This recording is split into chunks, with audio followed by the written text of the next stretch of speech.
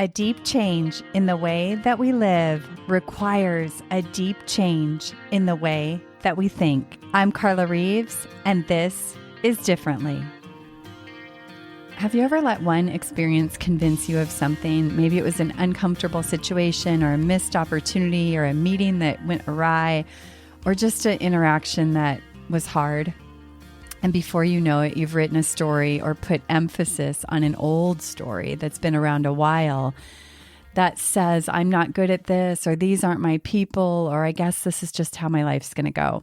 If you're answering yes, welcome to being human. And may this be your reminder today where you have power to change this. I shared in the last episode a story of attending a women's luncheon that I almost never went back to for this very reason. I had my old survival model show up in a big way after that, during and after that meeting, that had me convinced, like, I don't belong. I don't like doing these group things, and I just shouldn't go back. But at the end of writing about that and reflecting on that experience and talking about that experience with my husband, I realized I do want to go back because that's not the story I want to write or tell in my life. And I want to show up and I want to be courageous and I want to connect with people and I want to share the work I do with people because it really, really helps people change this very thing so that they can write a new story and have agency and power in their life to do so. So today I want to tell you what happened when I did go back because it was so night and day different. And it's such a vivid example of the power of our minds and how we must take the reins of our thoughts so that they don't dictate our future. So go back and listen to the last episode for the full story.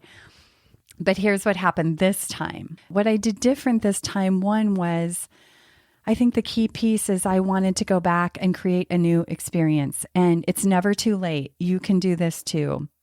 So the night before the event, I pulled out my notebook and I really was thinking about, why do I want to go back? And what do I want?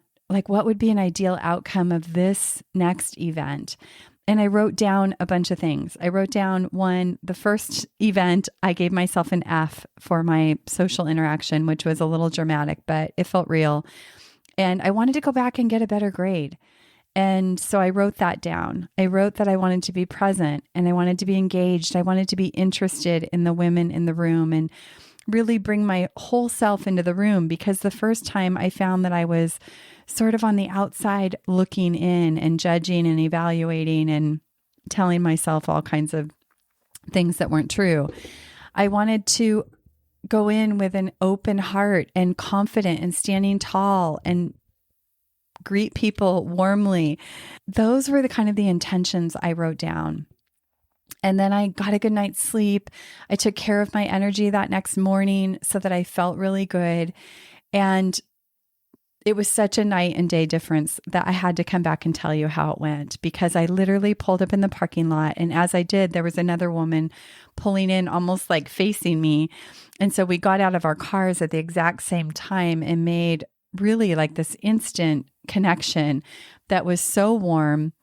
And as we're walking in, she asked me what I do. And I shared with her that I work with overthinking, high-achieving women and help them turn mental chaos into clarity and forward momentum. And she looks at me and she says, I need you.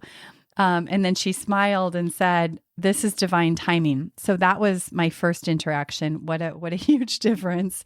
And then I walked in and the hostess introduced us to another group of ladies. And before I knew it, I was in a circle of women just connecting and hearing what people do. And then we got lunch and sat down and I sat next to my new friend that I had met in the parking lot. And we had just some really nice interactions throughout the presentation. And then at the very end, I won the raffle, which was like this beautiful bag of first like themed summer travel with, I mean, just loaded with these beautiful gifts. So that was like the icing on the cake. I left excited. I can't wait to go back, inspired about what I'm going to speak about next month, because I really got a sense of these women this time, and on and on and on. I got home. I had energy after an hour drive. I was still just kind of buzzing last night from the excitement of it all. And I thought about it later that had I listened to that old story and never gone back, I would have missed so many beautiful interactions yesterday. I might have missed an opportunity to help somebody with services I offer right when they need it. She might have not have had that connection of what she needed yesterday. I would have missed these other women that I connected with. I would have missed really understanding these women so that I can go back and really share information that really serves and helps them, and on and on and on. I'm reminding myself and you that these old stories, they can be so convincing and they can cause us to shrink and play small and not step out and do things that feel a little bit scary. And they really affect the way we see how and whether we interact. They impact what our ability to hear what someone's saying because we're looking through a lens of an old story. So we often misunderstand what people are actually saying. It impacts how available we are and what we do next. And I see this every day working with women. A woman who believes that she doesn't measure up or she doesn't belong, she doesn't fit in or doesn't have anything to contribute. She can enter into a conversation with her husband and feel so easily defeated and misunderstood, not because of what he says, but because of the lens that she is looking through.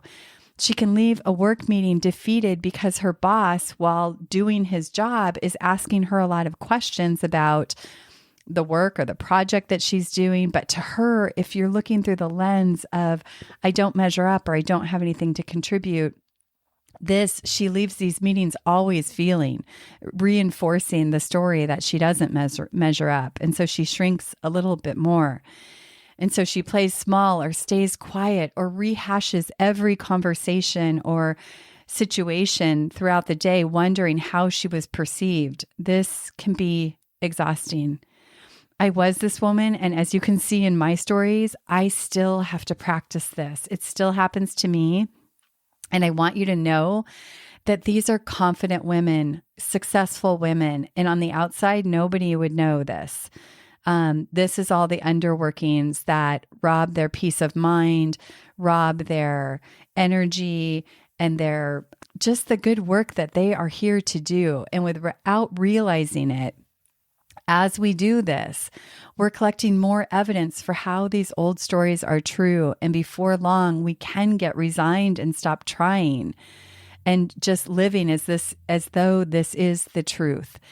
And this is why I'm so passionate about helping women and men get out of survival, because it's an outdated operating and thinking system that is not allowing you to be your best and shine your bright light.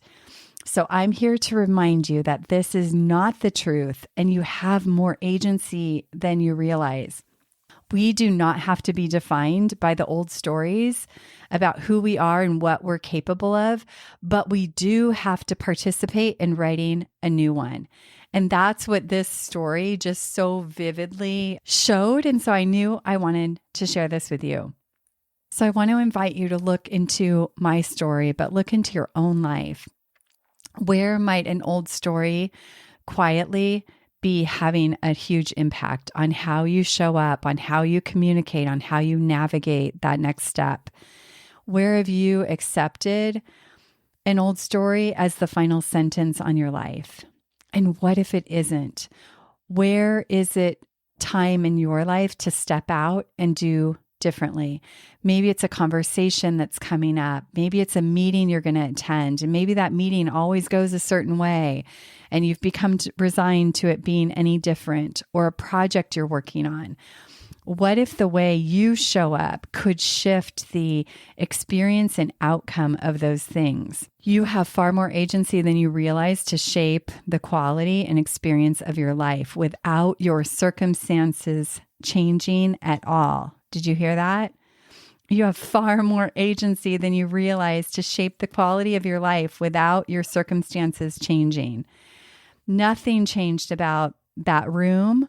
Nothing changed about the women. Nothing changed about how that day went accept my mind and the way I showed up and played. And that's available to you too. You don't need a different life. You don't need a different situation.